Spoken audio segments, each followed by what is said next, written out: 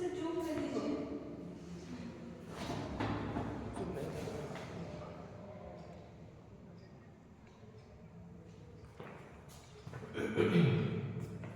बुनियादी शिक्षा क्या पढ़ा जाता है? महात्मा गांधी। हाँ,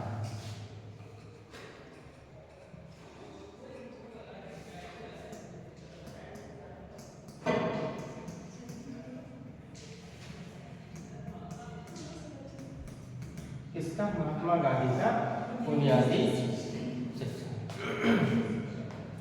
तो इसमें हमने बताया था ये जो बुनियादी शिक्षा है इसके मुख्यतः जनक किसको माना जाता है? महात्मा गांधी। क्यों? क्योंकि बुनियादी शिक्षा का प्रारंभ इन्होंने ही किया था। बुनियादी का मतलब क्या होता है? मतलब प्रारंभिक, हाँ, स्टार्ट, अर्थात जो बेसिक चीजें होती है, बेसिक से जो स्टार्ट होता है बुनियादी शिक्षा। ठीक, बालक की क्या है जो आवश्यक या आधारभूत आवश्यकताओं के आधार पर शिक्षा होता है वो बुनियादी शिक्षा होता है ना। तो उन्होंने क्या है अक्टूबर 1937 में, अक्टूबर 1937 में कहाँ पे? वर्धा अर्थात गुजरात, वर्धा गुजरात में बुनियादी शिक्षा का उल्लेख उन्होंने किया था। सम्मेलन हुआ था। क्या हुआ था? एग्जाम में बहुत आता है बुनियादी शिक्षा, तो आपको स्टार्टिंग में ना बुनियादी शिक्षा महात्मा गांधी ने दिया था या उसके जनक माने जाते हैं। 1937 में गुजरात के वर्धा नामक शहर में वर्धा सम्मेलन का आयोजन किया गया था, है ना, जिसमें क्या है इसकी मुख्य विशेषता है और इसे क्या है नई तालीम वर्धा योजना और बेसिक शिक्षा भी कहा जाता है ना। वैसे इसको वर्धा शिक्षा के रूप में जाना जाता है, वर्धा योजना के रूप में जाना जाता है। ठीक है, इसकी मुख्य विशेषताएं देखिए क्या क्या है। 7 से 14 वर्ष क्या है एकदम याद करना है, पॉइंट इसमें कितना है याद करना, क्योंकि पॉइंट काफी पॉइंट सब्जेक्ट के लिए भी कंपलसरी है और उसमें बीटेक सुपरटेक में सब काफी ज्यादा क्वेश्चन आते हैं, है ना। तो इसमें मैंने बताया जो प्रथम था इसका निःशुल्क, कैसा निःशुल्क यौन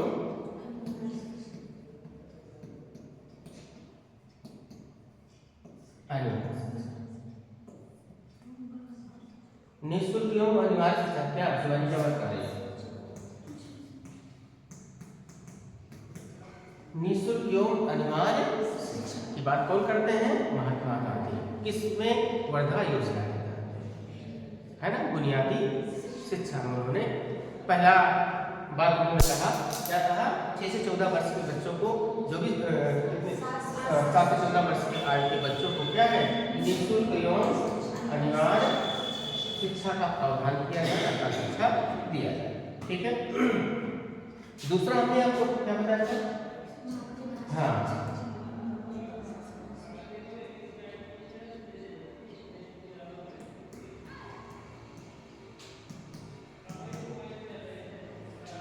मातृभाषा में शिक्षा किसमें दिया जाए? हाँ, मातृभाषा में शिक्षा दिया जाए। किसको? हाँ, अर्थात जो भी बच्चों को शिक्षा दिया जाए वो मातृभाषा के रूप में दिया जाए। मातृभाषा का मतलब समझते हो, है ना। जहाँ व्यक्ति जन्म लेता है वहाँ की भाषाएं जो हाँ हाँ ठीक है। और शिल्प शिक्षा या हस्त शिल्प कैसे हो? हस्त कला, इसे अपन शिल्प शिक्षा क्या कहा जाता है? शिल्प शिक्षा या हस्तकला। शिल्प शिक्षा या हस्तकला मतलब उसके हाथों में ऐसे कौशल का विकास किया जाए, अर्थात उसको एक शिल्प शिक्षा देना चाहिए ताकि बच्चा शिक्षा करने के बाद बेरोजगार उसके अंदर ऐसे कौशल का विकास होना चाहिए, कौशल विद्या उसके अंदर होनी चाहिए। शिल्प शिक्षा का उसके अंदर क्या है? एक गुण होना चाहिए, पढ़ने के बाद कोई बालक बेरोजगार ना करे। तो इस तरीके से क्या है उसके अंदर शिक्षा होनी चाहिए। और उसके बाद क्या है?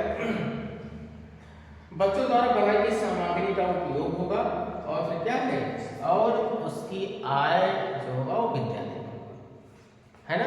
तो इसमें क्या है, उन्होंने क्या कहा था कि बच्चों द्वारा बनाई गई सामग्री का उपयोग होगा, क्या है, जो भी बच्चा बनाएगा उसके सामग्री का क्या होगा, उपयोग होगा, और इसका प्रयोग कौन करेगा, विद्यालय, ताकि बालक की प्रतिभा का विकास हो। अगर बालक ही इसको रख लेगा तो उसका विकास सीमित रह जाएगा। जब उसके सामग्री का होगा और जो और विस्तार होगा तो उसकी क्या क्षमता योग्यता का विकास होगा, है ना। तो इसलिए उसकी प्रतिभा का क्या होगा, विस्तार होता चला जाएगा, उसकी मांग बढ़ना शुरू हो जाएगी, है ना। तो इस तरीके क्या महात्मा गांधी का उद्देश्य था, एक और था और 3-4 हो गए थे। और हस्तकला का क्षेत्र बालकों की क्षमता और क्षेत्रीय आवश्यकता, क्षमता और योग्यता के आधार पर, एक तीसरा पॉइंट होगा, किसके आधार पर होना चाहिए, क्षमता और योग्यता। ऐसे हस्तकला का उपयोग करना चाहिए जो बालक की क्षमता के अनुकूल हो, क्या हो, और योग्यता के अनुकूल हो। ऐसी हस्तकला न दिया जाए कि बालक सीख ही न पाए, है ना। ऐसे क्षमता का विकास करना चाहिए ताकि बालक खुद ही उसका प्रयोग और उसका योग अर्थात उसका विस्तार कर सके, उसको सीख सके, जान सके, कर सके, उसकी रुचि भी हो करने की। आपको ऐसे हर लोग अपने अलग अलग प्रतिभा में रहते हैं, है ना। कोई लकड़ी का काम बहुत अच्छा से कर लेता है, कोई लोहे का काम अच्छा से कर लेता है, कोई धागे का काम अच्छे से कर लेता है ना। कोई अन्य जो कपड़े हैं उसके बहुत सारे तरीके से काम कर लेते हैं, है ना। तो उसके अंदर ऐसा हस्तकला होना चाहिए कि वह क्या करे, वो जो क्षमता हो उसके अनुकूल हो, जो वो बालक उस चीज को क्या है कर सके, है ना। तो इस तरीके से उल्लेख इसमें किया जाए और ऐसे हस्तकला का उपयोग किया जाए कि बालक जो स्वावलंबी हो जाए, अर्थात क्या है, आत्मनिर्भर हो जाए।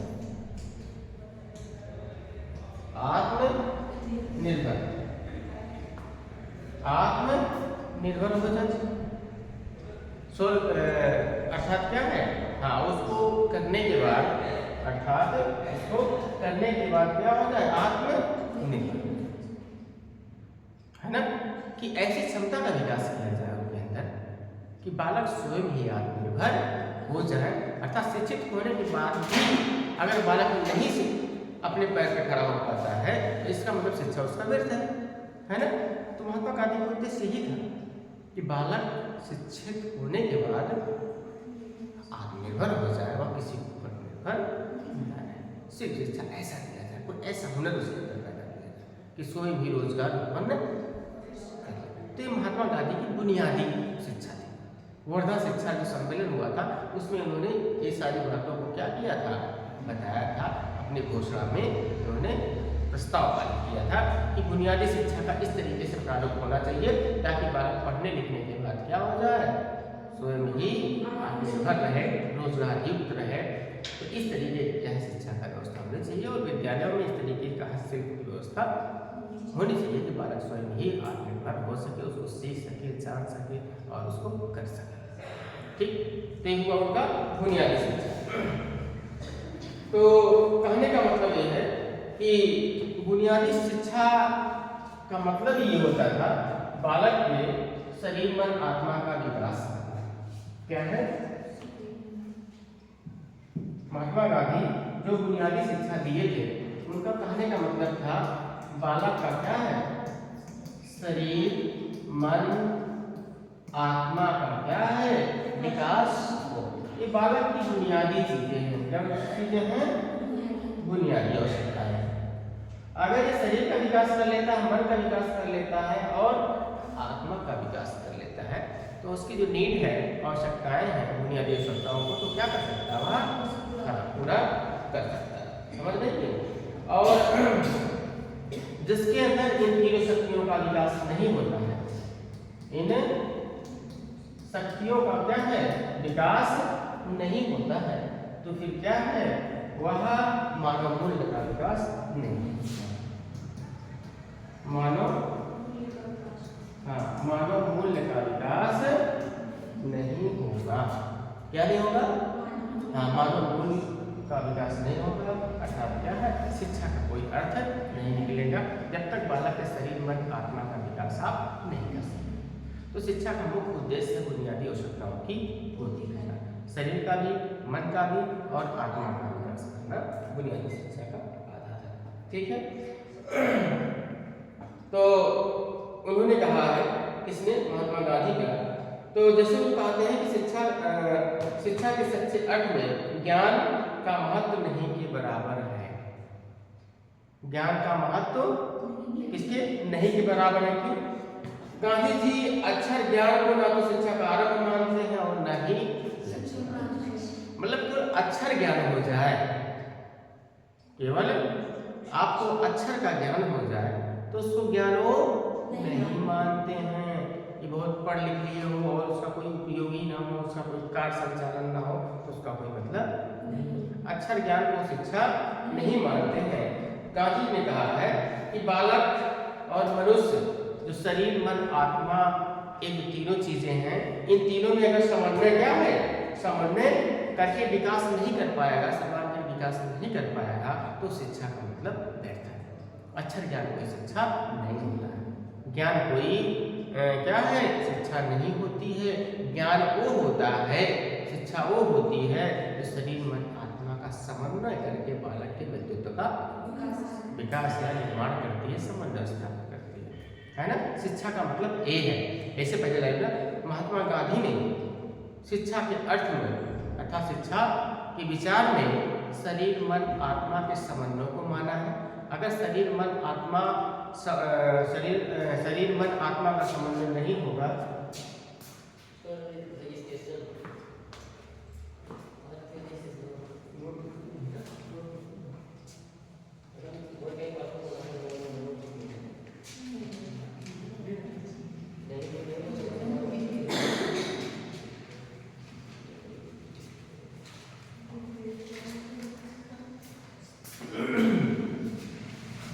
तो इस तरीके से क्या है उन्होंने अर्थात क्या होता है, शरीर मन आत्मा का विकास वही क्या है, शिक्षा माना है।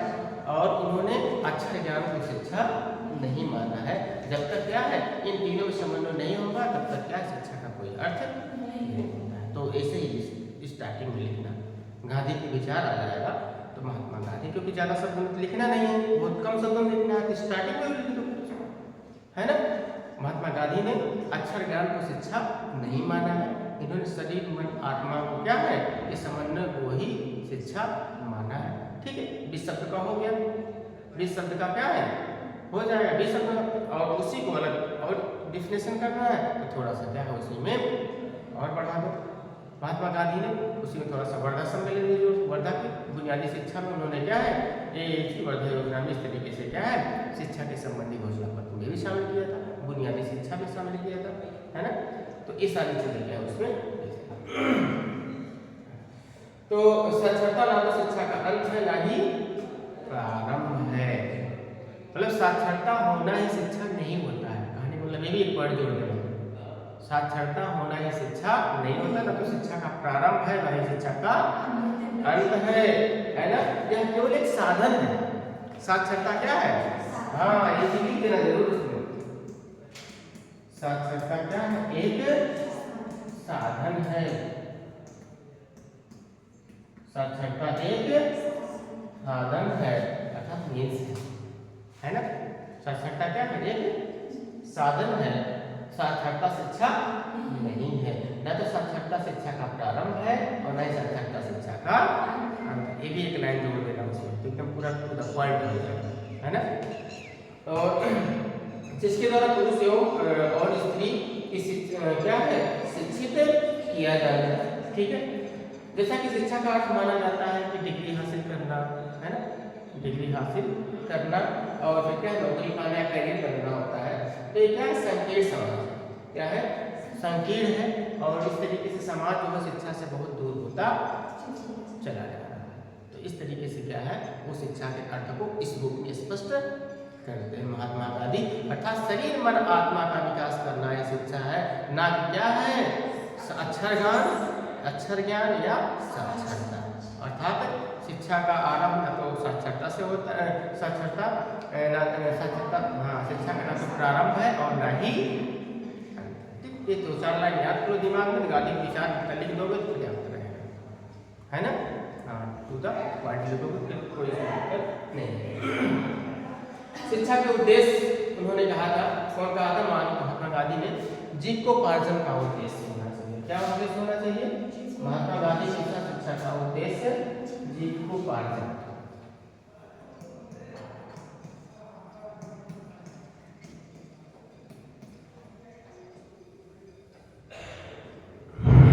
जीविकोपार्जन, जैसा कि हमने बताया वही चीजें हैं कि उन्होंने कहा कि शिक्षा का उद्देश्य जीविकोपार्जन होना चाहिए।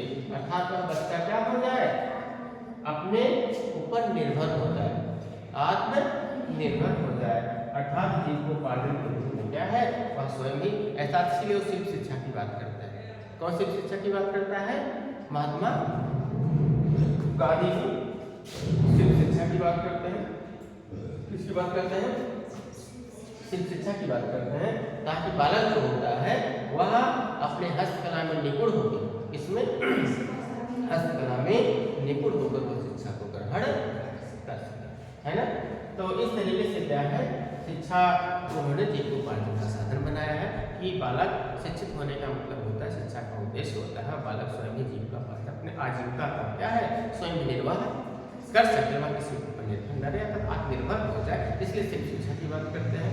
सिर्फ शिक्षा के माध्यम से क्या है, बालक स्वयं ही क्या हो जाएगा, हाँ, अपने पैर पर खड़ा, है ना। तो इस तरीके से क्या है, भोजन, वस्त्र, मकान, ये सब सारे चीज क्या क्या है, इन सभी आवश्यकताओं की पूर्ति वह बालक कर सकता है ना। दूसरा उन्होंने कहा था सांस्कृतिक उद्देश्य। क्या है सांस्कृतिक उद्देश्य? तो उनको क्या कहने का मतलब था कि जो विभिन्न प्रकार के सांस्कृतिक उद्देश्य है। सांस्कृतिक उद्देश्य का मतलब क्या होता है? कला है, विज्ञान है, संस्कृति है ना, स्थापत्य कला है, इन सब चीज कला और संस्कृति का विकास करना भी जरूरी होता है। शिक्षा का उद्देश्य उन्होंने क्या है, इसको भी माना, इसने महात्मा सांस्कृतिक उद्देश्य को भी माना है। शिक्षा का उद्देश्य किसने माना है? महात्मा गांधी माना। उन्होंने कहा कि भाषा और संस्कृति, कला और विज्ञान, इन सभी का विकास करना भी क्या होता है, सांस्कृतिक उद्देश्य होता है, अर्थात शिक्षा का उद्देश्य होता है। बिना इसके उद्देश्य के क्या है, इसका विकास नहीं हो सकता। अर्थात शिक्षा के उद्देश्य की पूर्ति नहीं होगी। इसके उद्देश्य की तभी पूर्ति होगी जब वह कला, संस्कृति, ज्ञान का भी विकास करेगा, सांस्कृतिक गतिविधियों का भी विकास करेगा, तभी शिक्षा के उद्देश्य की पूर्ति हो पाएगी। तो शरीर, मन, आध्यात्मिक विकास तो उनका मूल ही है। क्या है? शारीरिक है, मानसिक है, आध्यात्मिक मूल्य है।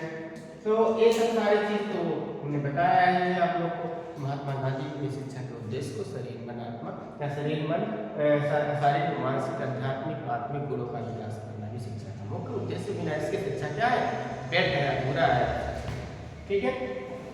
उसी तरीके से क्या है, उन्होंने कहा कि चरित्र का विकास करना, जैसे हम लोग आदर्शवाद में क्या मानते हैं, आदर्शवाद में इसका विकास मानते हैं, चरित्र का विकास। तो महात्मा गांधी ने कहा था कि चरित्र का विकास, चरित्र का विकास क्या है, शिक्षा का उद्देश्य होता है। क्या होता है? शिक्षा का उद्देश्य होता है कि बाल चरित्र का मतलब होता है नैतिकता। क्या है? नैतिकता। नैतिकता का मतलब क्या होता है? उचित, अनुचित होता है। क्या होता है? उचित, अनुचित। उचित अनुचित क्या चीज होता है? कोई कार्य या आप जो व्यवहार करते हैं, है ना, या बालक जो भी उसका जो व्यक्तित्व होता है, तो उसी चरित्र का निर्माण होता है ना। जो बालक रहन सहन, क्रिया प्रतिक्रिया, है ना, मनोवृत्तियां, ये सभी मिलकर क्या होते हैं, चरित्र का निर्माण करते हैं। तो महात्मा गांधी कहते हैं कि चरित्र का विकास करना ही शिक्षा का उद्देश्य होता है। बहुत शिक्षित हो जाए, आपके पास चरित्र ही नहीं हो तो शिक्षा क्या होता है, व्यर्थ होता है। शिक्षक उसको नहीं करते हैं। तो चरित्र का भी निर्माण उसमें होना चाहिए। उन्होंने कहा कि मुक्ति दिलाना क्या है, मुक्ति दिलाना। किससे मुक्ति दिलाना? आप किसी का दास बनकर, क्या है, चाहे दास बनकर या मानसिक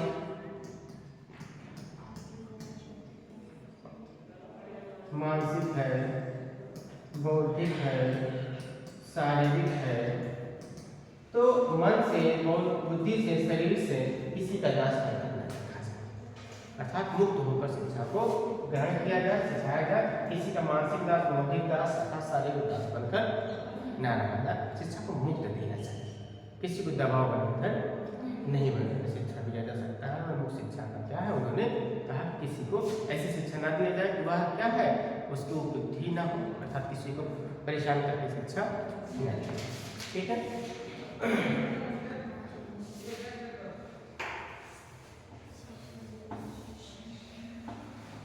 ईश्वर की अनुभूति का ज्ञान, उन्होंने क्या है, ईश्वर अनुभूति ज्ञान का उन्होंने क्या है, उल्लेख किया है। इसकी ईश्वर की अनुभूति अर्थात पवित्रता, क्या है, पवित्रता की बात करते हैं कि जो शिक्षा हो वह ईश्वर के प्रति आस्था हो और पवित्रता हो, ऐसी उसके अंदर अनुभूति होनी चाहिए। अगर अनुभूति नहीं होगा तो फिर क्या है, वह शिक्षा नहीं कहा जाएगा। अर्थात शिक्षा का उद्देश्य भी होता है बालक के अंदर क्या है, अनुभूत पवित्र हो, ईश्वर के प्रति आस्था हो, ये भी शिक्षा के अंदर क्या किया, शामिल किया है। ठीक है। तो इस तरीके का जो शिक्षा उन्होंने दिया है, इसमें महात्मा गांधी की शिक्षा का उद्देश्य उन्होंने बताया है कि किस तरीके का क्या है, शिक्षा का उद्देश्य होना चाहिए। तो यही आप पांचों पॉइंट अगर आएगा शिक्षा के उद्देश्य तो थोड़ा सा लिख के उसके बाद पॉइंट भी लिख दीजिएगा। अगर 20 शब्द में आएगा और फिर अगर आएगा 50 शब्द में, अगर 50 शब्द में आएगा तो फिर चाहे एक हेडिंग बना के 2-2 लाइन उसमें लिख दीजिए, लेकिन तब भी ज़्यादा हो जाएगा ना उसमें। तो 2 लाइन ऊपर लिख के उसको पॉइंट में करके नीचे 2 लाइन लिख दीजिए, है ना। इससे क्या उद्देश्य होता है, महात्मा गांधी ने क्या है, शरीर मन आत्मा का मुख्य उद्देश्य मानते हुए शिक्षा के विभिन्न उद्देश्यों को निर्धारित किया है या निम्न उद्देश्य निर्धारित किया है। 5 पॉइंट लिख लें। महात्मा गांधी की चीज बंद कर करके एक लाइन उसी में नीचे लिख दीजिए, उसी में अलग अलग ना करिएगा, नीचे एक ही में करके। जैसे चरित्र का विकास, चरित्र का विकास के लिए क्या है, तो ये चीज क्या है, एक बस 50 शब्द एक एक हेडिंग के साथ जोड़ते हुए इंक्लूड कर दीजिए, है ना। क्वेश्चन आपको पूरा हो जाएगा। उसके बाद क्या है, उन्होंने शिक्षण विधि, क्या है, शिक्षण विधि का उन्होंने उल्लेख किया है। उन्होंने क्या है, स्थानीय उद्योगों के बारे में बात की है। क्या है, स्थानीय उद्योगों के पक्ष में थे। उन्होंने कहा कि अगर जो भी गांव है, ग्राम सभा है, वहाँ पर छोटे छोटे उद्योग लग जाएंगे तो वहाँ के लोग रोजगारित हो जाएंगे। क्या हो जाएंगे, हाँ, जो सिर्फ शिक्षा की बात करते हैं वह उसके उद्योगों में क्या हो जाएगा, वहाँ पर उसकी प्राप्ति हो जाएगी, है ना। तो इस तरीके से क्या है, उन्होंने कहा कि क्या कहा, स्थानीय अर्थात शिक्षा का केंद्रभूत उन्होंने स्थानीय उद्योग को मानते हैं, क्योंकि स्थानीय उद्योग होगा तो फिर क्या है, वह शिक्षा का केंद्र बनता चला जाए। क्योंकि रोजगारों जो सिर्फ शिक्षा होंगे वहाँ पर बच्चे पढ़ के क्या वहाँ पर एडजस्ट होना शुरू हो जाएंगे, रोजगार अपने पैर पर खड़े होना शुरू हो जाएंगे। तो इस तरीके से क्या है था कि जिससे क्या है, अपने शरीर आत्मा का विकास कर सकते हैं। अगर उद्योग होगा तो बालक उसमें क्या है, कार्य करके अपने शरीर मन आत्मा का विकास कर सकते उद्योग के माध्यम से, है ना। शिक्षा ग्रहण करेंगे, सिर्फ शिक्षा के बाद उद्योग में जाएंगे, उद्योग में अपने शरीर मन का विकास हो जाएगा, तो अपने पैर पर क्या हो जाएंगे, अपने हो जाएंगे। ठीक है। तो इस तरीके से क्या उन्होंने किया है कि क्या चीज उन्होंने कहा कि बालक को लिखने से पहले पढ़ाया सिखाया जाना। तो पहले बालक को क्या किया जाए, पढ़ाना सिखाया जाए, लिखने से पहले पढ़ाना सिखाया जाए, है ना। किसको, हाँ, बालक को क्या है, पढ़ने से पहले लिखाया जाए, हाँ, अर्थात लिखने से पहले पढ़ाया जाए। किसने कहा? महात्मा गांधी ने कहा है। और दूसरा उन्होंने क्या कहा है? वर्णमाला के अक्षर लिखने से पहले बालक को चित्रकला सिखाई जाए। क्या सिखाई जाए? चित्रकला सिखाने से ड्राइंग, जैसे बच्चों को क्या किया जाए? पहले ड्राइंग में बच्चों की ज़्यादा इंटरेस्ट होती है ना? होती है नहीं होती? तो बालक को पहले क्या किया जाए? रुचि बढ़ाई जाए, चित्रात्मक पढ़ाया जाए, अर्थात क्या है उसको पहले ड्राइंग सिखवाई जाए। तो ड्राइंग सिखाने से बालक की रुचि बढ़ती चली जाएगी, तेज होगी बच्चे, तो इसलिए क्या वो ड्राइंग का भी प्रारंभ करवाते हैं। ठीक है। उसके बाद क्या है? बालक स्वयं करके सीखें। बालक क्या है? कैसे? हाँ, स्वयं करके सीखे। बालक स्वयं करके सीखे, अर्थात उसके अंदर ऐसा ज्ञान दिया जाए कि बालक स्वयं ही उस कार्य को करना प्रारंभ करके सीख जाए। और बालक को अपने अनुभव से सीखना चाहिए, अपने अनुभव से सीखना चाहिए, अर्थात अनुभवात्मक शिक्षा क्या है उनको दिया जाए कि बालक का जो पूर्व ज्ञान है उसके आधार पर क्या है शिक्षा को ग्रहण करें, अर्थात उसको सीखे और जाने। ठीक है। और सीखने की प्रक्रिया में विभिन्न विषयों में समन्वय स्थापित किया जाए। क्या स्थापित किया जाए? समन्वय स्थापित किया जाए, है ना? क्या स्थापित किया जाए? समन्वय स्थापित किया जाए। किसमें समन्वय स्थापित किया जाए? हाँ, अर्थात बालकों के अर्थात उनके अंदर सबसे पहले चीज क्या है? समन्वय स्थापित किया जाए। समन्वय। ठीक है। उसके बाद देखिए इसमें हमने बताया था कि वही शिक्षा का माध्यम क्या है? शिक्षा का माध्यम क्या होना चाहिए? हमने आपको कहा मातृभाषा होनी चाहिए। तो उन्होंने कहा था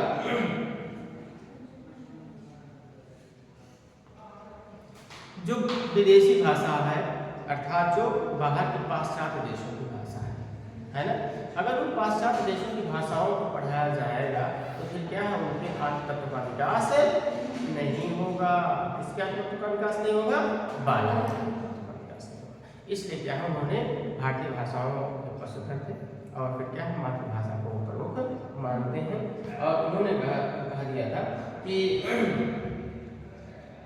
उन्होंने कहा कि जो शिक्षा को भी क्या है आम लोगों से अलग कर दिया और शिक्षा को बिना कारण महंगा बना दिया गया है। अर्थात जो पाश्चात्य शिक्षा है वो अचानक क्या है उसकी वजह से जो कितनी किताबें महंगी हो गई है पब्लिक स्कूलों की, है ना? तो क्या है शिक्षा को काफ़ी ज़्यादा कॉस्टली बना दिया गया है ना? तो इस वजह से क्या है जो पारिवारिक रूप से है उस पर उसका बहुत ज़्यादा पड़ जा रहा है ना? तो शिक्षा में जो सुधार होना चाहिए उस सुधार को प्रासंगिक रूप से लेकर जो नवीन लोकतांत्रिक मूल्यों का उसमें समावेश किया जाना चाहिए, बालकों के अनुरूप हो और फिर परिवार के अनुरूप हो। तो ऐसी शिक्षा उन्होंने महात्मा गांधी ने दिया था। ठीक है। तो इस तरीके से क्या है उन्होंने महात्मा गांधी ने शिक्षा दिया। ठीक है। शैक्षणिक विचारधारा वही क्या है गांधीवाद और आदर्शवाद। तो वो तो आदर्शवादी थे ही, आध्यात्मिक मूल्यों को मानते थे, आध्यात्मिक मूल्यों को क्या है मानते थे और ईश्वर के प्रति क्या है आस्था भी स्थापित रखते थे। महात्मा गांधी मानव सेवा में विश्वास करते थे, मानव सेवा में क्या है विश्वास करते थे आध्यात्मिक मूल्यों के साथ साथ, है ना? तो कहने का मतलब है कि महात्मा गांधी क्या है श्रम अनुशासन को विशेष महत्व देते थे, जो कि क्या है आदर्शवाद में सारी चीजें दिखाई पड़ती है। तो समझ रहे तो कुछ आदर्शवाद सत्य अहिंसा इंद्रिय और ये सब सारे चीज निर्भयता स्पष्टता मातृभाषा धार्मिक श्रद्धा के व्रतों का पालन किया जाएगा। तो सब वही चीज है बच्चों को सत्य अहिंसा इंद्रिय सब सारा चीज का क्या करना चाहिए पालन करना चाहिए ताकि क्या है वह स्वयं ही शिक्षा को क्या है विकास कर सके, स्वयं ही क्या है अनुभव कर सके। ठीक है। इन्होंने कहा कि शिक्षकों से गांधी जी श्रद्धा निष्ठा त्याग और सेवा की भावना का आशा करते थे। अर्थात शिक्षक जो होते हैं वो बालकों के अंदर क्या है इन सब चीज़ों को ज्ञान का विस्तार करते हैं, तो बालकों के अंदर सारी चीज़ का विकास होता था। और फिर क्या है जो व्यक्ति गुरु से युक्त ना हो उसे शिक्षा के क्षेत्र में नहीं रहना चाहिए। अर्थात क्या है जिसके अंदर ये सब सारे गुण नहीं है तो उसको शिक्षा में नहीं आना चाहिए। ठीक है। तो कि आप कुछ भी करें पर आप अपने आप को और में धोखा समझ, अर्थात बच्चों को धोखा नहीं देना चाहिए, उनको अच्छी शिक्षा दिया जाना चाहिए। ठीक है, तो ये सब सारी चीजें हैं। उन्होंने गीता का अध्ययन करने का भी, गीता कर्मण्येवाधिकारस्ते का पाठ पढ़ा उन्होंने, कर्म का उपदेश दिया, कर्म का उपदेश दिया, भक्ति का उपदेश दिया, ज्ञान का उपदेश दिया। भक्ति कर्म ज्ञान इसको भी थोड़ा सा ऐड कर देना और बढ़ाना होगा, तो है ना। भक्ति ज्ञान कर्म का भी क्या उन्होंने वो किया था। तो ये सब सारी चीज क्या है, ब्रह्मचर्य क्या है, ब्रह्मचर्य पालन करना चाहिए, छात्रों को संयमित होना चाहिए। इन सारी चीजों को क्या है, इंद्रिय, कर्मेंद्रिय, 5 ज्ञानेंद्रिय, 5 कर्मेंद्रिय और एक मन वहेंद्रिय, क्या नियंत्रण करके शिक्षा को ग्रहण करना। ठीक है, तो इसलिए क्या है, इंद्रियों पर क्या है, नियंत्रण करके कार्य करना चाहिए। ठीक है, चलो तो पेस्टोलॉजी और हर्बर्ट वोगेल इसको हम लोग उसमें पढ़ेंगे, पाश्चात्य वाले में इसको पढ़ेंगे। अब इसमें क्या है, राधा कृष्ण वो तो